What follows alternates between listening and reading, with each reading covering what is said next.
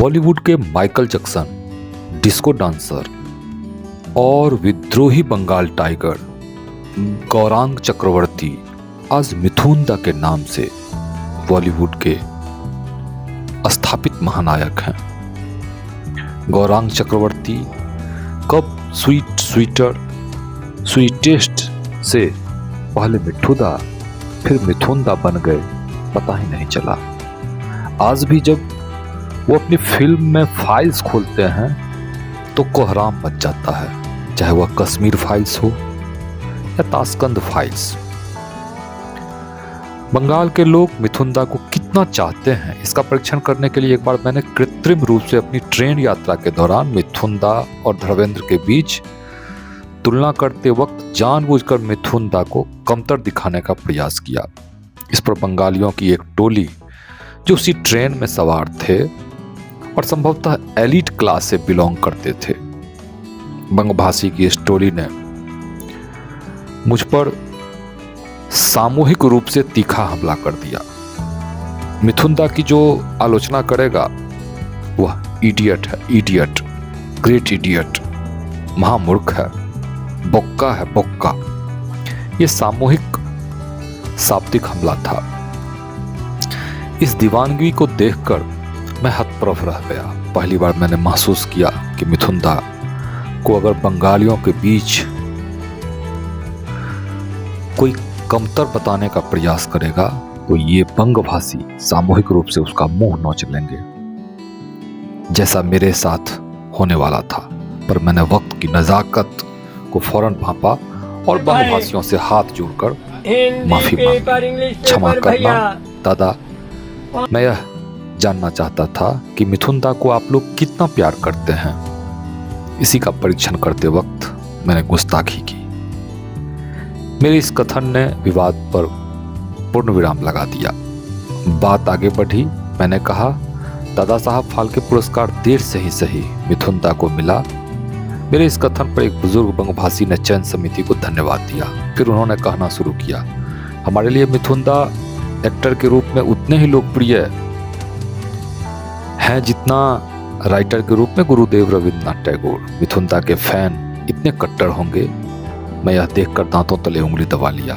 मुझे कुछ देर के लिए तो ऐसा लगा जैसे मिथुन दा ने माधुरी दीक्षित के लिए नहीं बल्कि अपने इन्हीं प्रशंसकों के लिए ये गीत गाया हो।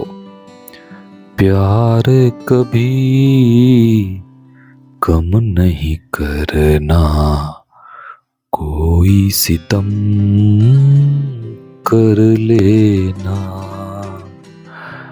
आइए पता करें कि मिथुन दा के प्रति लोगों में इतनी दीवानगी क्यों है। बहरहाल आप जीवन में इन दिनों विफलता से जूझ रहे हैं और आपके जीवन में वह सब हो रहा है जो नहीं होना चाहिए, तो आपकी मनोदशा कैसी हो जाती है? क्या आप हताश, हतोत्साहित और जीवन से हार मानकर हाथ पर हाथ धरकर परिस्थितियों के आगे घुटने टेक कर बैठ जाते हैं, या फिर कोई फिल्म देखकर मोटिवेट होने का प्रयास करते हैं? मेरी एक सलाह है, अगर आप वाकई विफलता और नैराश्य के दलदल में फंस गए हैं तो आपको बॉलीवुड के बंगाल टाइगर मिथुन दा की फिल्में और उनके जीवन वृत्त के रोचक और प्रेरक प्रसंग को जानना, सुनना और देखना चाहिए। आज जीवी गुरुकुल मिथुन दा के जीवन के एकाध पन्ने पलटकर आपको और आपके माइंड को रिचार्ज करने का प्रयास करेगा। वास्तव में मिथुन दा के जीवन में धूल भी हैं, फूल भी हैं, शूल भी हैं, चंदन भी हैं और कीचड़ भी। दरअसल मिथुन दा न केवल रसायन शास्त्र के विद्यार्थी थे बल्कि उन्होंने अपने जीवन में धूल, फूल, सूल, चंदन और कीचड़ के मिश्रण से एक ऐसा वैचारिक रसायन तैयार करते हैं जो संघर्ष को घुटने टेकने के लिए विवश कर देते हैं। मिथुन दा का प्रसिद्ध कथन है, इस शहर के गार्डन, ये रोड, ये झाड़, ये सब के सब मेरे दोस्त हैं। कभी ना कभी ये हमें बैठने और सोने के लिए जगह दिए। वाकई मिथुन दा के पूरे जीवन को अगर एक पंक्ति में अभिव्यक्त करना हो तो हम कह सकते हैं, संघर्ष करो, क्योंकि संघर्ष करने से ही जीवन सुंदर बनता है। किशोरावस्था में कोलकाता की गलियां छोड़कर मुंबई की गलियों का बादशाह बनने मुंबई आ गए। मुंबई के स्ट्रीट गार्डन और झाड़ी ही हुआ करता था उन दिनों मिथुन दा का स्थायी रैन बसेरा।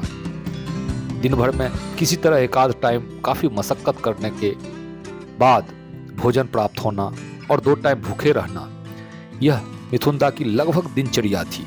और यह स्थिति तब थी जब उनकी फिल्म मृग्या के लिए नेशनल अवार्ड उन्हें प्राप्त हो चुका था।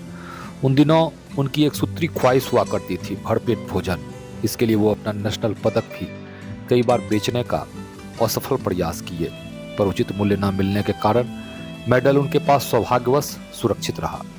उन्हें किसी पार्टी में अगर भरपेट भोजन का ऑफर मिलता तो वो सहर्ष रात भर डिस्को डांस किया करते थे।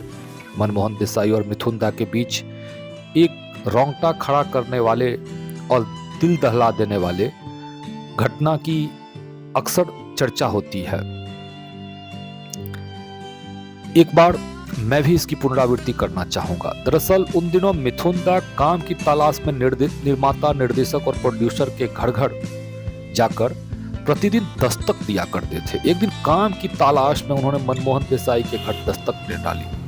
मनमोहन देसाई ने सर से पांव तक मिथुन दा को एकटक देखा, फिर उनसे सवाल किया, तुमने आज खाना खाया है? नहीं, मिथुन दा ने सहमते हुए कहा। मिथुन दा को 10 का नोट पकड़ाते हुए मनमोहन देसाई ने कहा, लो पहले भोजन कर लो, वैसे तुम रंग रूप से हीरो बनने लायक नहीं हो। मिथुन दा अपमान का घूंट पीकर मनमोहन देसाई के घर से निकले। उन्हें अपने सांवले रंग पर कुछ समय के लिए मन में हीनता बोध भी हुआ, पर उन्हें जल्द समझ में आ गया कि भगवान राम और कृष्ण का रंग भी तो सांवला ही है। भारत की सांसें तो राम और कृष्ण के बल पर ही चलती है। ऐसी स्थिति में हीनता बोध नकारात्मक ऊर्जा का संचरण करेगा और जल्द ही वो आंधियों में बुझते दिए जलाने के लिए निकल पड़े। मिथुन दा के लिए इस दिए में एक समय इतनी रोशनी थी कि बड़े से बड़े कलाकार की चमक इनके आगे फीकी पड़ जाती थी। कहते हैं मिथुन दा के अपमान में उन दिनों मेगा स्टार की भी कहीं न कहीं सहभागिता थी। हालांकि मेगा स्टार की पर्सनैलिटी इस प्रकार की नहीं है। हाँ, एक फिल्मी डायलॉग में वो मिथुन दा से कहते जरूर नजर आते, ए शाला चुप चुप, एक थप्पड़ मारेगा, तुम्हारा फेस का ज्योग्राफिया बदल जाएगा। इसी प्रकार गलियों का बादशाह फिल्मों में आयरन मैन राजकुमार और बंगाल टाइगर मिथुन दा के एक साथ काम करने वाले थे।